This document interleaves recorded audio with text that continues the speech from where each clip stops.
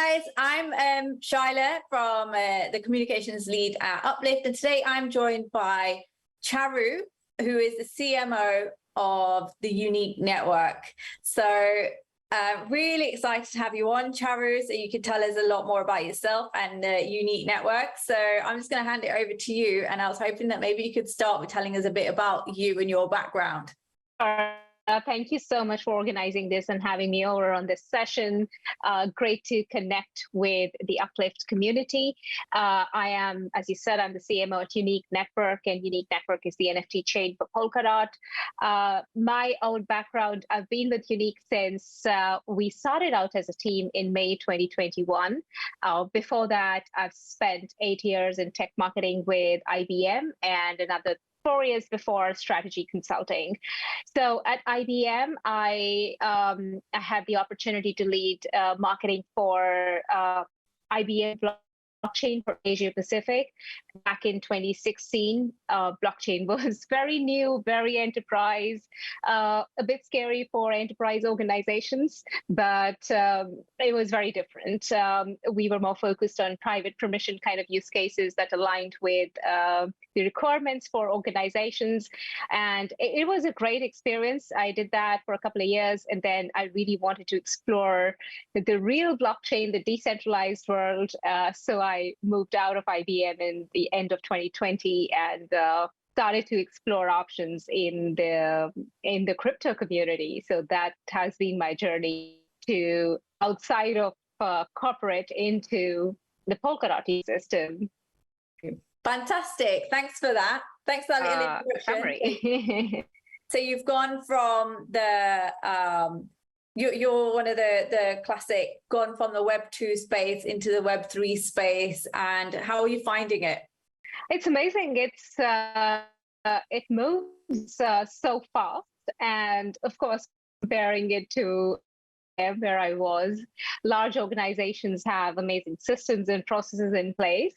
So you do everything very carefully, very very well-planned way. And here you do first and you think later, which is great. You're experimenting on everything almost every day. And then you have your lessons and learnings. I love the pace. I love the speed of learning for us, and I especially love the engagement with the community. That kind of, I mean, in terms of marketing, it's just the equation is just flipped, right? It's from a centralized marketing to this whole art of this whole army that your sort of community and your marketing engine and your team. They're like your extended team, so you want to keep them happy. So yeah, it's just fun on an everyday basis, no dull moments.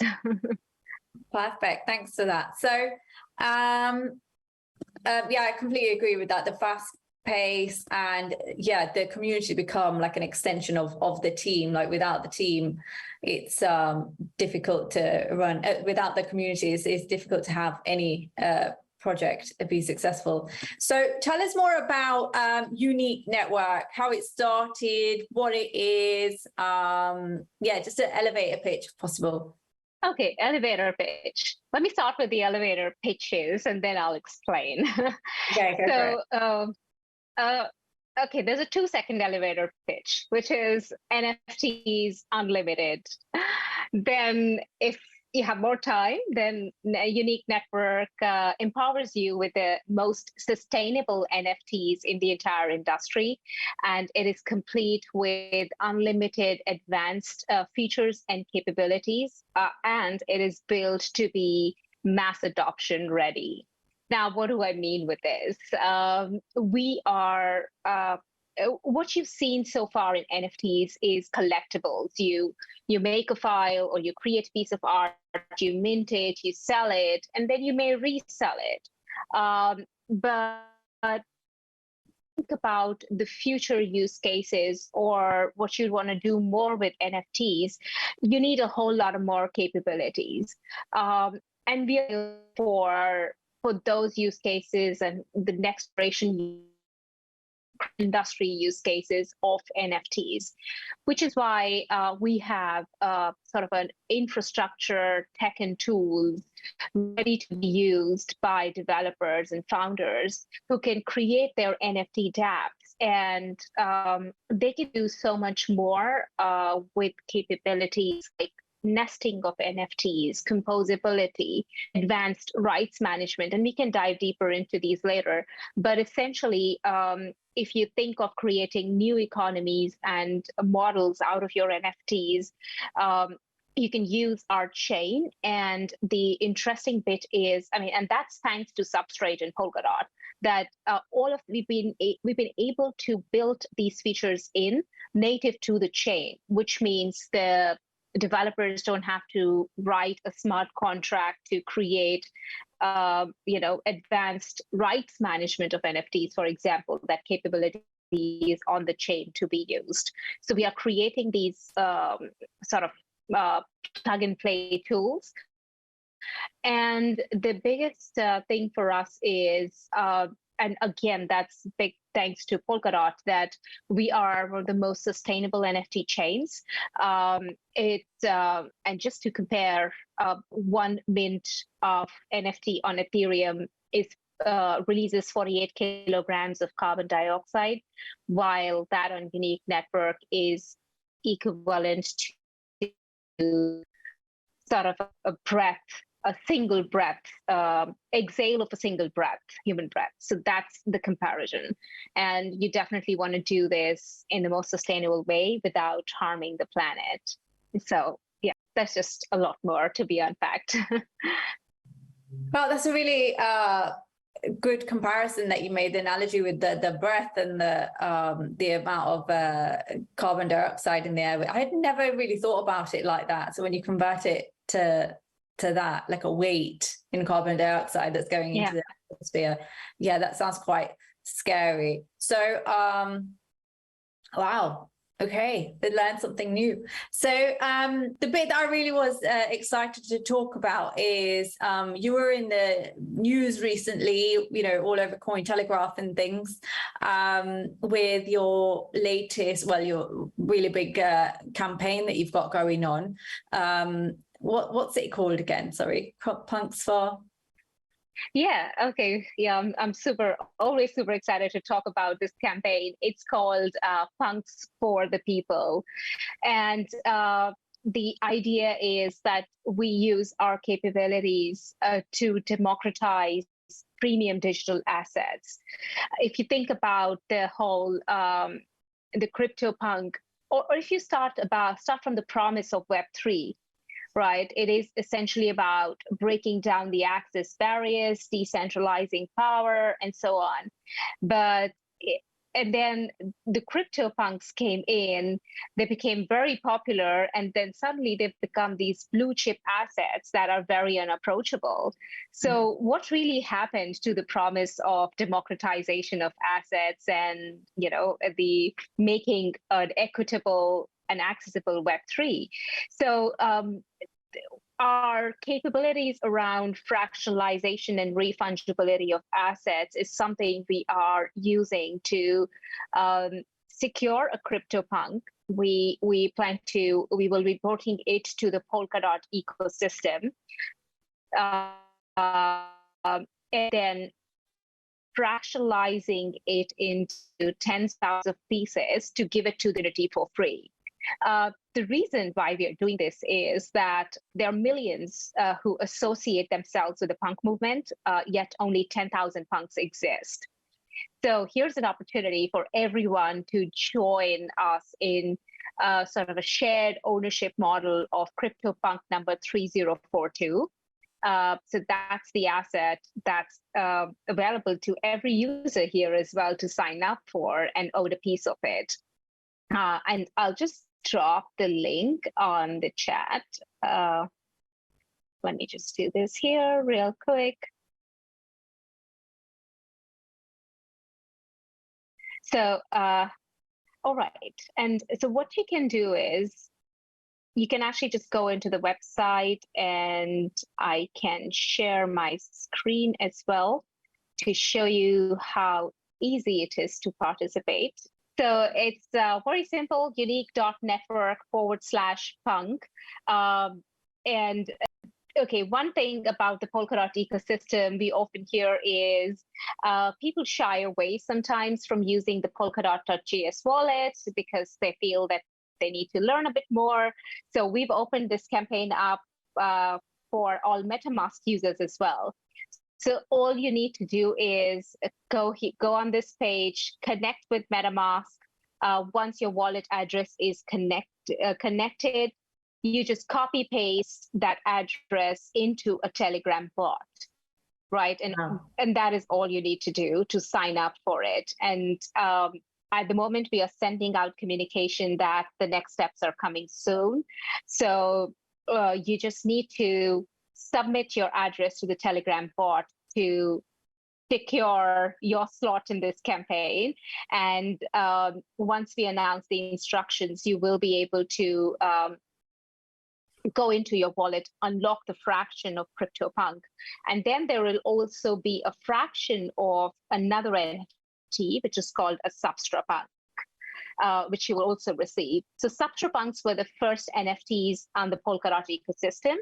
That's what we created back in 2020 when we won the Kusama hackathon as unique network for the first time. So we've bought a community-owned punk, SubstraPunk, and we will be fractionalizing that along with the CryptoPunk 3042. So I mean, this is a great community exercise, but the reason why we are doing this is, and of course, we want people to be associated with this movement. At the same time, through this campaign, the community will experience all the advanced features that we are building and focused on building: fractionalization, refungibility, and bundling of NFTs. So the fractions will actually come bundled in another NFT. So they'll experience the bundling and unbundling of NFTs, which actually translates into ownership rights management. So bundling of NFTs is important because if you think about real life assets, which will be tokenized in the future, all of these assets have relationships with each other, right? A room may be a part of a house may be a part of the building. So all of these assets, when tokenized, will be connected and should be connected to each other. So that's where bundling and rights management come in. So through this campaign in various steps, the community will get to experience these advanced capabilities and we'll get a hands-on flavor of it. That's the idea. It's really cool and I'm really excited by it. I just wanted to ask quickly, do you know the Telegram bot that that you've got to message the address to or the code to? Does it tell you the Telegram bot while you're like in the process, or because it didn't say on that page? So when you start the process, it tells you while you're Okay, perfect. Yes. Okay, cool. And I won't get it because my address is already connected, so I won't see that pop up right now anyway because I'm already in the campaign. But it's very simple. As soon as you connect with MetaMask, you copy the address and then it just link pops up, connect to the Telegram bot, you leave your address there, and that's about it. Okay, fantastic. So what I might try and do is maybe screen record me doing it so I can show our guys how to do it and basically slot it into this video. Okay, cool. So it's really exciting, that is. So just to summarize, I feel like maybe our community members might not understand the enormity and why it's so exciting, but basically CryptoPunk, they all go for like, $500,000. Some of them go for like $500,000. Some of them go for $1 million. This particular one that you're fractionalizing, you originally bought for how much? Can you remember? It was for 87,000 when the market was really low. Yeah, so they managed to pick up a CryptoPunk and thought, let's just share this with as many people as we can to democratize it and to make it fair. And it's just such a good, such a fun thing to do. So basically that real punk won't be available to buy anymore because Unique Network own it, but they're showing it in little fractions with every single person who takes part and who registers basically on this campaign. So it's such a big deal. I think it's so revolutionary, and it's sort of like I want to say like rebellious, but it's not. I can't think of the word. It's like sort of like it's power to the, like you said, punks for the people, it's power to the people. It's saying, hold on, this whole community that really boosted this whole space and created the whole frenzy about it. A lot of them, like more than 99% of them don't even own a CryptoPunk, and probably can't even buy a CryptoPunk because they're so, like you said, unattainable. So it's such a nice gesture, and by doing that, you're bringing it actually off the Ethereum network and into the Polkadot ecosystem, which again is like really, really fun thing to do. So it's like giving the power back to the little people, which is nice. So thanks for doing that. I'm definitely going to be registering for that, and like I said, I'll record it and I'll show the steps to show how easy it is. So that's really cool. Thanks for that. And when is that campaign going on till? So this will go on till all of September, and in September we'll soon release the instructions of how to claim or how to unlock. And that's again something very interesting, because usually if you were to do this on Ethereum network, fractionalizing it into that many, like over 57,000 people have signed up, fractionalizing it into 57,000 pieces and 57,000 wallet addresses claiming that would be a lot of ETH burned in gas fee, right?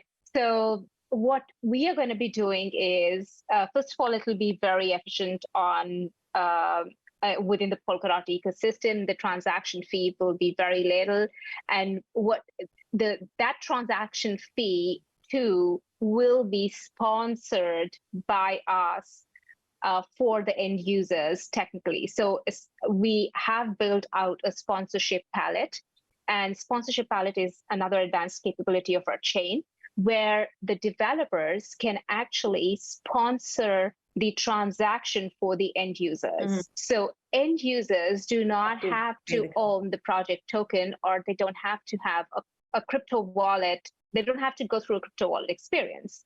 And that's something very critical to get on the journey of mass adoption. Yeah, I was about to say, that's what we were talking about this morning, like a couple of our team members, that's what's going to drive adoption, getting rid of all these mechanical barriers of learning this and learning that and learning what a wallet is and learning what a different chain is, and then owning the token to actually participate. So that's massive.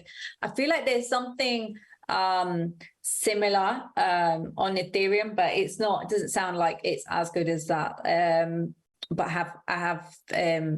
I kind of know what you're saying. So basically what you're doing is any gas fees, you're sponsoring them so that the end user doesn't have to basically pay any minting cost or transferring cost. It's all going to be covered by Unique Network. That's really cool. Yeah. Exactly. And that's very important for applications like gaming, because we've known, like, if you look at the history of games, video games, mobile games, the games that, freemium model is what works in gaming, right? If gamers have to pay for every transaction, no game will be successful. So to enable a freemium gaming model in Web3 on a blockchain, sponsorship of transaction fee is what you need. So you can onboard gamers at scale, and that's the necessary mass adoption feature you need for Web3 to be successful. Right, brilliant. So so with Unique, you're expecting, like, what kind of projects do you expect will build on like Unique Network in like the coming years? Right. So I think, as I was just talking about, gaming is going to be a big focus for us because of all the features we have.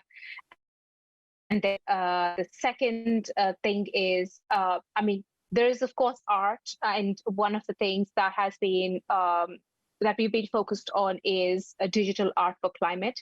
It's a partnership between UN Habitat, IAI Cloture, and us. So this started off with an art competition, and we have built an NFT art marketplace for climate-themed art. The gallery has actually been showcased at COP26 last year. Recently, 2 weeks ago, or last week, at the UN headquarters in New York, and we are also now getting ready for COP27. So sustainable art is something that's also very important for us as a focus area. And then with all the advanced capabilities that I was talking about, real estate is a very interesting use case for us, e-commerce and just applications across industry around loyalty, around programs, engagement with communities and customers for various brands. So the applications are very wide. But again, to start off, that's a long-term plan. But to start off, I'd say we will be very focused on gaming. Cool. That sounds really good. So I wanted to ask, why do you think, what makes NFTs, that you're in that space, what makes NFTs so popular? So I think, I mean, the first time, the reason that NFTs are or gained popularity was that concept of a provenance of ownership and scarcity, right? And that, I think, just hit it off really well in the art world, where it, right away it addressed challenges within the art industry that have been persistent for decades and decades, and that sort of didn't allow the wider art community to take advantage of the entire ecosystem. And suddenly with NFTs, it's sort of decentralized. You can prove your ownership, and you can access that exclusive club, so-called club of collectors and buyers. You're not just restricted to art galleries who you rely on to make connections for you, right? So that provenance, decentralized way of looking at things, eliminating middlemen, is something that sort of worked really well for the art industry. But I guess, and as we saw more and more of that, we saw a whole lot of other applications that started to arise around art.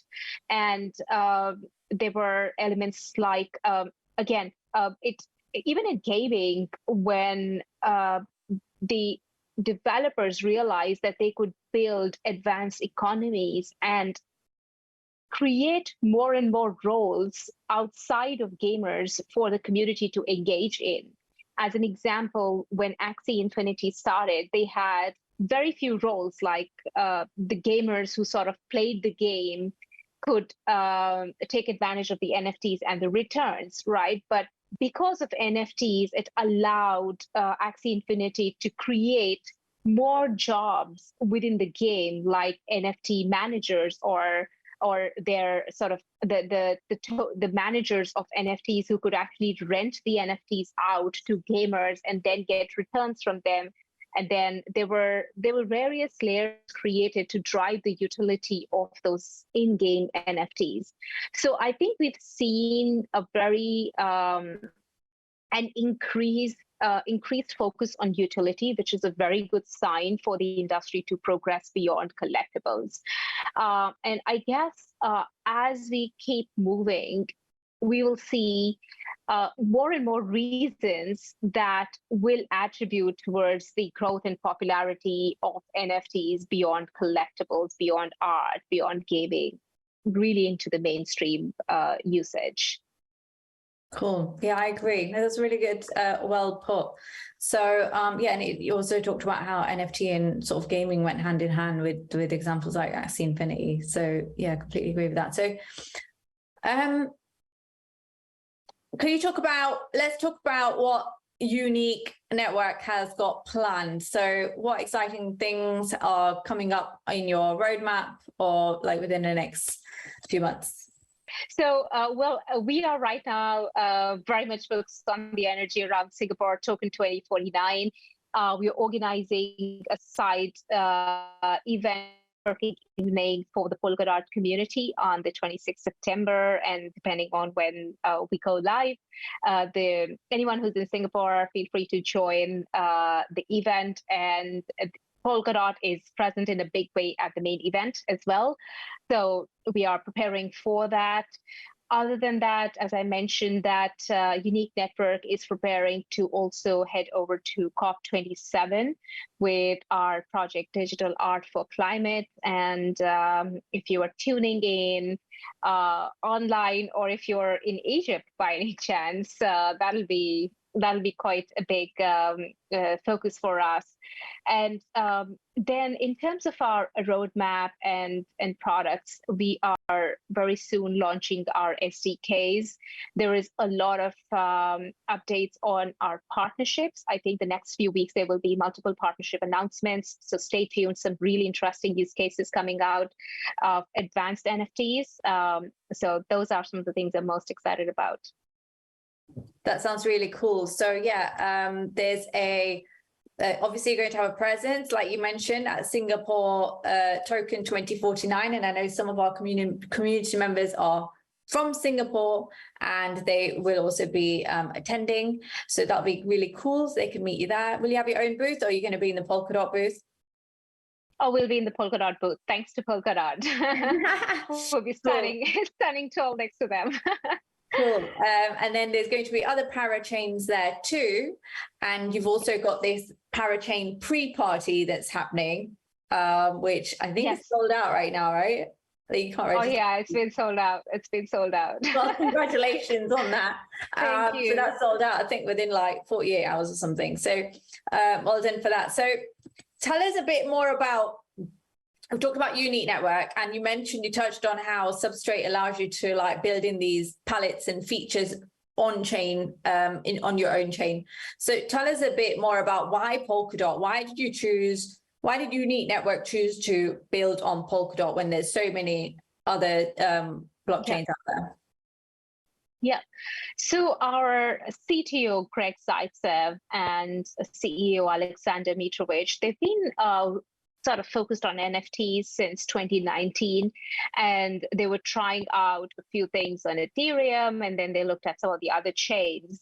And then they started to look at Substrate.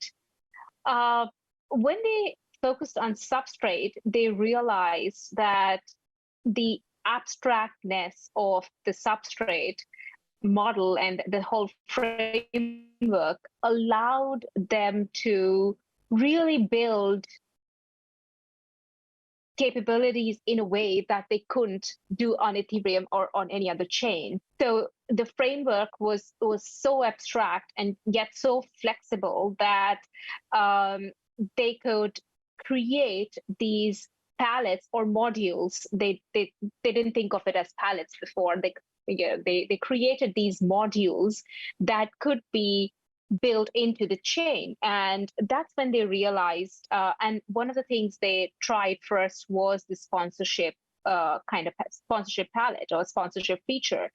And when they made that, they immediately realized the power of Substrate, the fact that this is something that's needed for mass adoption and to break down the technical barriers. And then again, the design point of EVM compatibility that's just built into the Polkadot ecosystem. And also, of course, XCM, which is now becoming a very big topic, is something very powerful because all of the parachains, they have their own use cases. And to be able to sort of integrate and take advantage of what already exists in the SIX system is very powerful for every project. It's not a one-way street. It enables two-way collaborations with that thing that's sort of needed for the ultimate vision of Polkadot to be successful, which is the blockchain of blockchains. So we are seeing all of that. The last 1 year, we've seen that progress. Progress in a. I would say, it's been moving very fast, and we're super excited about all the integrations that are possible in the future. Yeah, brilliant. So, so for those who aren't aware, Substrate is actually the software that is used to build and code these blockchains onto the Polkadot relay chain. So you've got the Polkadot relay chain, and then you've got these parachains that come off it, which are separate blockchains. And what Charu and other people who build on Polkadot are saying is that the Substrate software allows you to make really unique like module sort of designs that are unique to your network, and you can build it directly in, and it gives you more flexibility than what other blockchains are currently offering. So yeah, it's interesting to hear that, and you kind of see that echoed every time you speak to a parachain, that the reason they chose Polkadot was for the way you can position it and just sort of change the code around, and you've got a lot more freedom with this with Substrate than you do with others. So yeah, that's really interesting to hear. Okay, so we talked about unique network initially with your elevator pitch, and how you said that loads of people will sort of like come to you as like a ready-made NFT market. They can have like a marketplace or like launch the NFTs and things like that with different functionalities and utilities. So where do you see like in the, I said I've already asked like what projects do you see coming to you, but where do you see the functionality going for NFTs? So what I mean is, like right now you've said there's the collectibles, there's the thing where you can use it in gaming world, and I feel like that's a really good introduction to NFTs. But where do you see, because from what you're saying in like conversations that we've had before, you see NFTs being utilized in a completely different way, where they need to be used, right? Not just for a fad, not just ownership for the sake of ownership. So can you give us like some examples of what kind of utility NFTs will you see them serving in the future, but also yeah, what kind of projects do you then foresee like building on unique network, like using what features and functionalities of an NFT? Like realistically, where is NFTs going? Yeah, so I think this is what I'd say is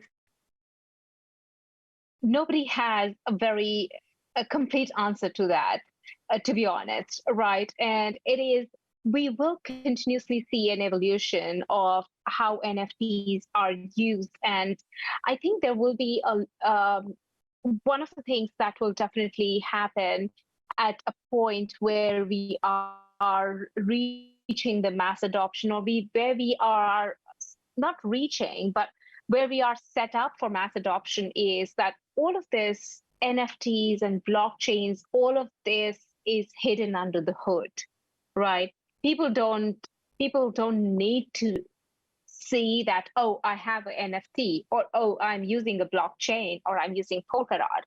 It's just they will be able to work with interfaces with UX and UI that is using the power of NFTs and just delivering better value to the end user, as opposed to giving that sort of a glamorous word of NFTs that, okay, oh, you have an NFT now, you should be happy about it, right? So yeah, we will see that transition into various industries. And one of the announcements that we are going to make, and it actually came out from the Polkadot hackathon that was organized in June. One of the projects who worked on us have created a user interface where they have used our nesting of NFTs, which is rights management of NFTs, how one NFT is connected to another NFT, in a way that you can simply move across assets like, like tiles on the board, and you just build those relationships of assets. And there's no mention of NFTs and there's no mention of blockchain. It's just an interface, right? So I think that's where I see things moving. And now when you think of it in those terms, your wallet or your e-commerce wallet, which has your loyalty program, which has some of credit card, which may have some dollars in credit, which may have some gift coupons. They're all connected maybe to your ID or identity, and you don't know it's NFTs in the background, so that there is an on-chain provenance that it's yours and there is legitimacy to it, but essentially it's powered by NFTs. So we'll see these tokenized representation of real life assets and things that people will be using without knowing that, oh, there is a NFT behind it or there's a blockchain behind it, right? That's where I see it going. I do not know if that will be in everyone's hands in 2 years, 5 years, but I don't think it should take that long. Yeah, no, that's so cool. Like the way you talk about it is so true. I feel like mass adoption really truly comes when people don't even realize they're using that technology. So like when you think about like just computers, like I remember not just computers, but say that when the internet came out, it was, I remember I was at school in like 1995 or something like that. And they had a computer room with like computers in it that connected to the internet. And it was so obvious that there's a room there and you've got to go in there and then you get a login and then you can log into the internet, and everybody would sort of like go and like, it was such a big deal that you'd go in and you'd write down all these addresses that you wanted to go see. And I would write down like all of the things that I was interested in and like, type in www.backstreetboys.com and I would actually go, directly to that website, not do anything. It's just a static website, but I wanted to go on it because that's what I was interested in those days. So it's just like, you'd have to know like the address and things like that. And now if you look at the internet, it's so seamless. Like it's on your phone. You don't say, I'm going to log into the internet on my computer, which essentially that's what your phone is. You're not saying I'm logging into my computer to the internet and I'm going to, you don't have to direct yourself to a certain website. You just search it and it just comes up. When things become that intuitive and seamless that the tech is in their background, you're right, that's when it becomes mainstream, right? That's when that's how it needs to happen. That's how it needs to evolve. Like the same way like databases in the background of every single e-commerce website that we go on, but when we don't know that we're on a database, when we search for black dress or whatever, we're essentially running a query on a database and it's but we don't think we're using a database right now. It's just in the background. So that's exactly what's going to happen with NFTs, and that's a good way of putting it. But wicked. That's about it really. I think that brings me to the end of my questions. So if there's anything else that you wanted to talk about, great. If not, I guess we can just call it a day, and then we'll see you again in our community another time. Thank you. And thanks to everyone who tune into this. Do sign up for the CryptoPunk campaign. It's truly fun. It's for the community, and looking forward to meet with you. Yeah, cool. So thank you so much for joining us. I want everybody to sign up for a fractionalized CryptoPunk, and we'll see you soon, hopefully again, to speak to our community about any other stuff that you've been up to. Thanks for joining us, Charu. Bye. Thanks, Sheila. Thanks, everyone. Bye.